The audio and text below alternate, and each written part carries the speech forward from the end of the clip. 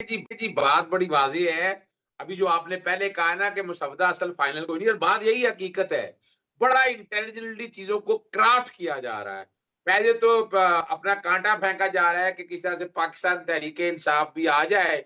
वो आकर ये पार्लियामेंट में अंदर बैठकर मुसव्वदे पे जब वोटिंग हो, तो उनमें से जो बंदे तोड़े होंगे, वो आराम से वोट तोड़ लिए जाएँ। पहले तो ये समझिएगा असल बात जो अभी इस वक़्त बुनियादी तौर पर सेनेट में तो शायद पकड़-दकड़ के मेजॉरिटी हो जाए, नेशनल असेंबली में इनके पास 2/3 अक्सरियत नहीं है। अब इसका हम्म। तरीकाकार क्या है? स्पीकर नेशनल असेंबली पहुंचे, अपना इलेक्शन कमीशन जाके वो फैसला करा रहे हैं और इलेक्शन तरमीमी एक्ट पर अमल दरामद होके सीटें पूरी कर ली जाए। वो भी ख्वाब पूरा ना हो सका, वो चूंकि सुप्रीम कोर्ट का फैसला बड़ा वाजे है, वो वजाहती बयान आ गया। मैं अभी इंटेलिजेंटली जो देख रहा हूँ ना, काफी हम्म। चीजें इसमें से मिसाल के तौर पर आर्टिकल 175 ए में जो है ना, वो पार्लियामेंट छा जाएगी। यानी जो हुकूमत वक्त में होगा ना, वो ही जजेस अपनी मर्जी के अपॉइंट कर सकेगा और कोई कुछ नहीं कर सकता। उसकी वजह क्या है? चीफ जस्टिस या 4 सीनियर मोस्ट जजेस 5 लोग होंगे। यहाँ मान में 4 लोग अलहदा आ गए, एक एडवोकेट आ गया जो पाकिस्तान बार काउंसिल नॉमिनेट करेगी, अटॉर्नी जनरल आ गया, फेडरल मिनिस्टर फॉर लॉ आ गया और एक खातून आ गई जो नॉमिनेट किया है। तो मेजोरिटी तो पार्लियामेंट की होगी। तो ये पार्लियामेंट अपनी मर्जी के जजेस लगाने के लिए, और यही नहीं, एक और अभी तक किसी ने गौर ही नहीं किया। आपका शायद पहला चैनल होगा जिसके सामने ये बात आएगी, और वो बात बड़ी अहम है कि भाई करना क्या है। 3 मोस्ट सीनियर जजेस में से एक चीफ जस्टिस लगाना है। अच्छा जी, लगाना हम्म। है। तो अगर में से कोई एक इनकार कर दिया, तो उससे अगला जज आ जाएगा। तो असल छुपी हुई बात इसके अंदर है कि जस्टिस अमीनुद्दीन खान साहब को वो जज लगाना चाहते हैं, जस्टिस अमीनुद्दीन खान साहब को जज लगाना चाहते हैं, तो उसके लिए कोई ना कोई इनमें से इनकार कर देगा। कोई एक इनकार कर दिया, 2 इनकार कर दिया, 3 इनकार कर दिया, तो आगे में से यानी ये पूरा प्री प्लान्ड एजेंडे के तहत काम हो रहा है। यानी सिर्फ पार्लियामानी कमेटी में भी हुक्मरानी हो जाएगी पार्लियामेंट के लोगों की, यानी ज्यादा तादाद इन लोगों की है, तो वो अपनी मर्जी के जज ले जाएंगे, चीफ जस्टिस भी अपनी मर्जी वैसे का हो अजहर जाएगा। साहब, हम बात तो इस आईनी तरमीम की कर रहे हैं, 26वीं आईन की, लेकिन तरमीम से हटके भी वैसे पाकिस्तान में जजेस तो मर्ज़ी के ही लगते हैं, और अगर मर्ज़ी के ना होते तो यहाँ तक मामला ना पहुँचता। Judiciary is highly divided and politicised since so long now, और वो किसी न किसी शक्ल में पार्टीज़ की एफिलिएशंस और उनकी सपोर्ट हमें उनके फ़ैसलों में रिफ्लेक्ट करती तो नज़र आ रही है। लेकिन डेफिनेटली आपका आर्गूमेंट अपनी जगह वैलिड है कि इसको क्राफ्ट कैसे किया जा रहा है। हमें अली गौहर बलोच ने भी ज्वाइन कर लिया है PMLN से। हसन मुर्तज़ा साहब, आपकी तरफ आऊँगी। बहुत ही अगर ये कहा जाए कि इस कॉन्स्टिट्यूशनल कोर्ट के मसले को बिलावल भुट्टो लीड कर रहे हैं, तो ये गलत नहीं होगा। उन्होंने पहले कहा कि ये मोहतरमा बेनज़ीर भुट्टो का ख्वाब था, फिर उन्होंने कहा ये गोलमेल कॉन्फ्रेंस जो 1931 में हुई थी उसमें ये कायद आज़म का भी ख्वाब था।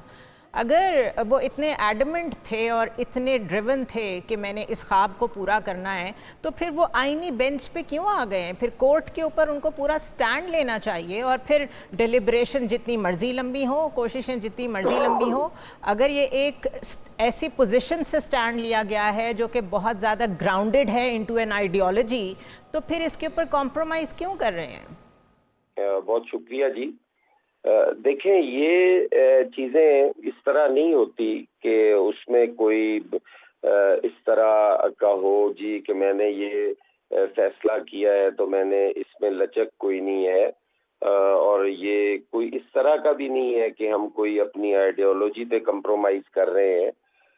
पाकिस्तान पीपल्स पार्टी इत्तेफाक राय के साथ चलने वाली जमात है, और हमने जो भी आइन बनाया वो भी आपके सामने है। फिर उसके बाद जो हमने आइन को उसकी असल शक्ल में बहाल किया 2008 से 13 तक, उसमें भी आप देख सकते हैं। और उसमें पाकिस्तान पीपल्स पार्टी नहीं चाहती थी जो नैब लॉज थे जो मुशर्रफ ने बनाए सिर्फ और सिर्फ पॉलिटिकल इंजीनियरिंग के लिए कि वो रहें, लेकिन उस वक्त की जो हमारे दोस्त थे PMLN वाले, उन्होंने ये कहा कि नहीं, ये लॉज हमने ख़त्म नहीं करने, जो बाद में आके उनके भी गले पड़े और उन्हें फिर समझ आई कि ये पॉलिटिकल इंजीनियरिंग के लिए इस्तेमाल होती है और होती रही है।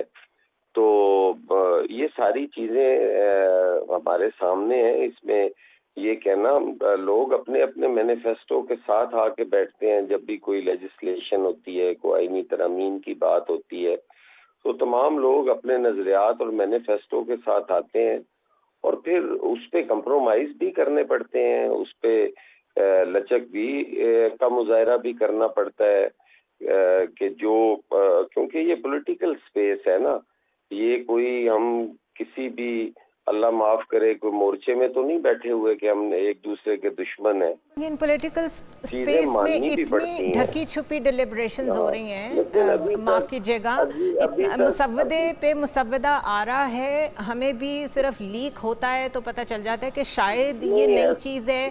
फिर रातों को मीटिंग्स होती हैं, मौलाना के घर रातों को पहुंच जाते हैं। कुछ तो है ना जिसको इतने हिडन वे में किया जा रहा है, जिसको इतनी तेजी से किया जा रहा है, फिर जल्दी क्या है?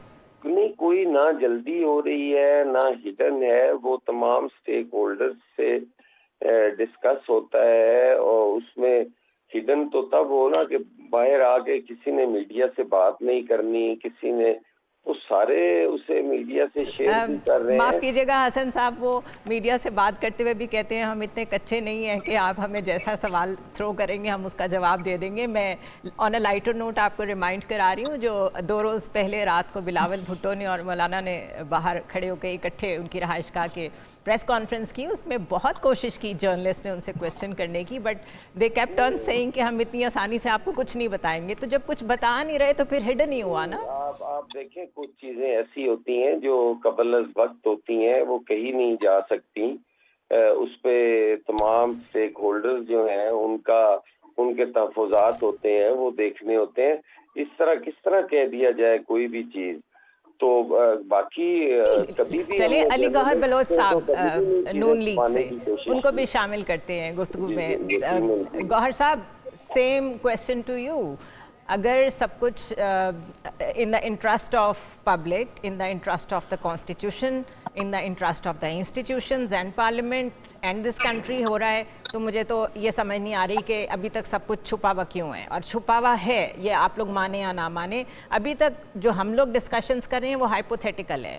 अब सामने आ गया है कि चलें जी आईनी बेंच पे अग्री कर लिया गया है, कम से कम 5 जजेस पे मुश्तमिल होगा, लेकिन आप चाहे इसे आईनी बेंच कहें, आईनी कोर्ट कहें या इसको आईनी डिवीज़न कहें, it is certainly a parallel body. एक पैरेलल बॉडी है जिसके पास सारे आईनी मामला जाएंगे, उसको कोई चैलेंज नहीं कर सकेगा। तो मेरे ख्याल है सिर्फ अल्फाज का ही फ़र्क पड़ रहा है और तो कुछ भी नहीं हो रहा।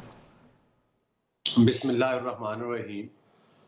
देखिए, एक आपका शुबा है और आप उससे मुंसलिक हैं, सहाफ़त है, और जाहिर है कि आपका काम खबर निकलवाना है, सवाल करना है, और वो आप मतलब है कि अपने जो आपका फील्ड है, आप माशाल्लाह उसमें काफ़ी आपका एक्सपीरियंस भी है। आपने बात ठीक की है कि ये आप इसको आईनी अदालत कह रहे हैं, आईनी बेंच कह लें या आईनी डिवीज़न कह लें, बात बिल्कुल आपकी ठीक है। और जाहिर है कि जब मुख्तलिफ पॉलिटिकल पार्टीज़ जो कि अलग अलग अपनी इलेक्शन मैनिफेस्टोज रखती हों और उन्होंने कुछ नकात के ऊपर इकट्ठा होना हो, तो जाहिर है कि जब तक उसमें इत्तफाक राय ना हो जाए तब तक चीज़ों को डिस्क्लोज नहीं किया जा सकता, क्योंकि वो सारी इनमेच्योर बातें हैं। वो जब बातें मेच्योर हो जाएंगी तो सबसे पहले वो चीज़ काबीना में पेश होगी, उसका एक तरीका भी यही है, और उस वक्त तक उसको मेरा ख्याल है किसी हद तक कॉन्फिडेंशियल रखना, ये उसका तरीकाकार मुरव्वजा तरीक़ाकार के भी मुताबिक है।